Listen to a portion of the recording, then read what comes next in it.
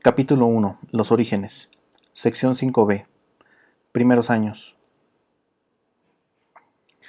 Son muy curiosos los primeros años de la vida. Siempre son los años más largos y son de los que menos recuerdos quedan. Estrenar los sentidos es una experiencia que satura al cerebro con toda clase de información y realmente le toma muchos meses para descartar eficientemente la información que no es relevante.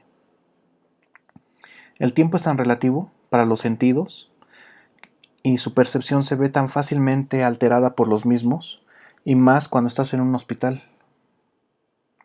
No recuerdo cómo comenzó, pero sí recuerdo los sonidos, que eran similares a como cuando estás con las orejas debajo del agua.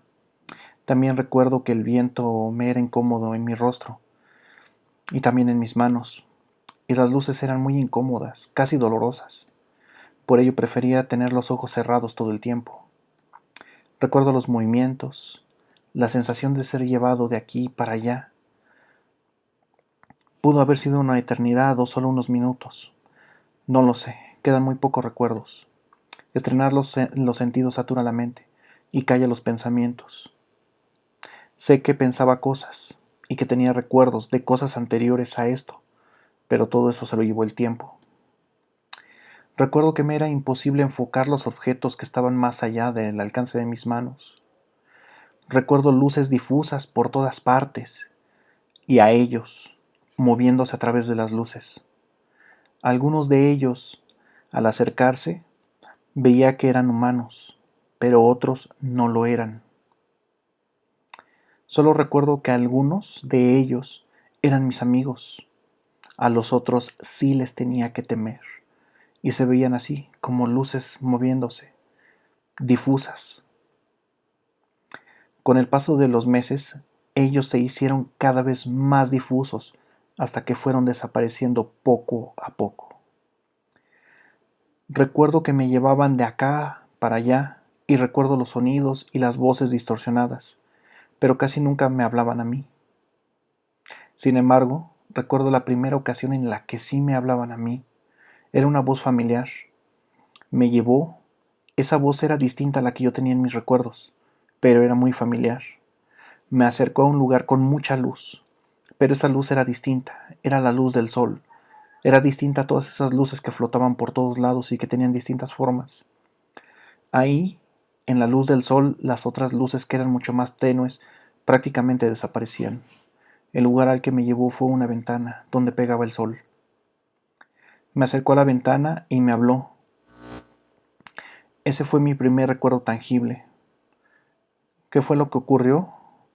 Era mi papá que me mostraba por la ventana a mis hermanos que estaban debajo del hospital junto con mi tío Daniel y me observaban a través de unos binoculares, ya que yo había nacido en el piso 10 del ISSSTE de Zaragoza y mi papá al acercarme por la ventana fue que mis hermanos me pudieron conocer a través de unos binoculares.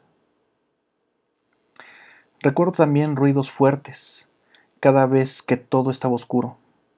Ese era mi papá que celebraba con borracheras diarias el hecho de que ya tenía un hijo varón. Recuerdo esas noches porque los ruidos me hacían llorar y mi madre me puso por primera vez una cajita musical en el oído para que pudiera dormir. Era una cigarrera.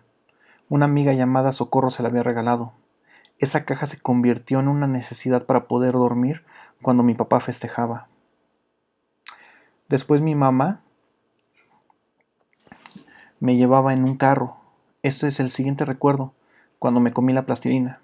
Recuerdo que cuando me dieron de alta mi papá estaba tan alegre que llenó de globos el carro y le puso el sombrero de payaso a mi mamá. Ese es el segundo recuerdo. Cuando me daban de alta, había una figura que sostenía en sus brazos una estatua con mi forma. De la cintura para arriba era como si estuviera formada de aire, de la cintura para abajo era de carne, y de hecho sus piernas eran mis piernas. Algo de mí me decía que yo no tenía piernas y que mis piernas estaban en ese otro niño. El niño tenía 2 años y la figura que lo sostenía era una muchacha que tendría entre 15 o 16 años, de pelo negro y vestía túnicas grises. No podía ver su rostro. Recuerdo cuando me arropaban con las cobijitas esponjosas. muy suaves. Cómo me agradaba sentirlas en la cara. Esas cobijitas eran muy suaves, aunque en ocasiones me acaloraban y sacaba entonces mis manos para que se enfriaran, y una vez que mis manos estaban frías, tocaba la cara para refrescarme. Recuerdo que también, aunque eran hermosas esas cobijas, era una desesperación quererme mover. De repente se sentían como si fueran cadenas, y yo forcejeaba con mis manos para poder zafarme. Pero nada ganaba al hacer fuerzas, realmente no tenía fuerzas. Y cuando me desesperaba, una voz me cantaba, pero su canto era más parecido al de un zumbido. Yo sabía que era uno de ellos quien me cantaba, pero nunca supe quién fue. Algunos de los que eran mis amigos, algunos de ellos cuidaban de mí y de otras personas, y lo seguían a todas partes. Mi desesperación era porque yo sabía que tenía que hacer algo, y ese algo era urgente e importante, pero realmente ya no recuerdo qué era capaz, qué era lo que tenía que hacer. Hoy más o menos tengo algunas ideas, pero ya todo se fue. Por esas fechas recuerdo que me recostaban junto a otro bebé, con el que platicaba largos ratos. El otro bebé y yo hablábamos en nuestras mentes. Recuerdo que le pregunté si tenía recuerdos del lugar del cual habíamos estado antes de nacer, pero recordaba exactamente lo mismo que yo. Y ese algo era que había un lugar lleno de luz, en el que ellos no podían estar, y que a ese mismo lugar volveríamos. Yo no lo sabía. Ese bebé era mi prima Carmelita, la hija de mi tía Chabela, ya que nos cuidaban juntos. Cuando mi mamá trabajaba, era mi tía Chabela quien me cuidaba. Cuando tenía alrededor de 4 años, le dije a mi mamá: ya quiero que llegue diciembre para volver a León. Extraño mucho a mi prima Carmelita. Cuando hablo con ella es como si tuviéramos mucho tiempo de conocernos. Y entonces mi mamá me contestó: cuando estaban chiquitos los poníamos cerca, y se agarraban hablando durante horas y horas, y uno gritaba y reía y el otro le hacía coro y se contestaban con sonidos. Aquí en esta foto está mi mamá, este soy yo, mi prima Marta, mi tía María, mi tío Lupe, mi tía Ana y mi prima Lucy. También el primer baño lo recuerdo, en los brazos de mi mamá en una tina amarilla para bebés. Fue una experiencia totalmente nueva y aterradora. La superficie era dura, fría, y nunca había tocado algo similar. Realmente me asusté. El sonido del agua era aterrador, y esa sensación del aire frío, más frío de lo habitual, y la combinación del agua caliente también me aterró. Con el tiempo, cuando me podía sentar en la tina, ya no me asustaba tanto el baño, pero aún así no me gustaba porque los pliegues de la tina me seguían lastimando. Esa tina amarilla se rompió una noche que uno de los amigos de mi papá, estando borracho, cayó sobre ella cuando iba al baño.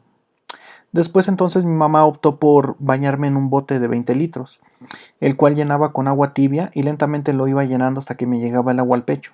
Yo me sentaba en una ropa que ponía, generalmente era una chamarra esponjosa para que no estuviera tan expuesto.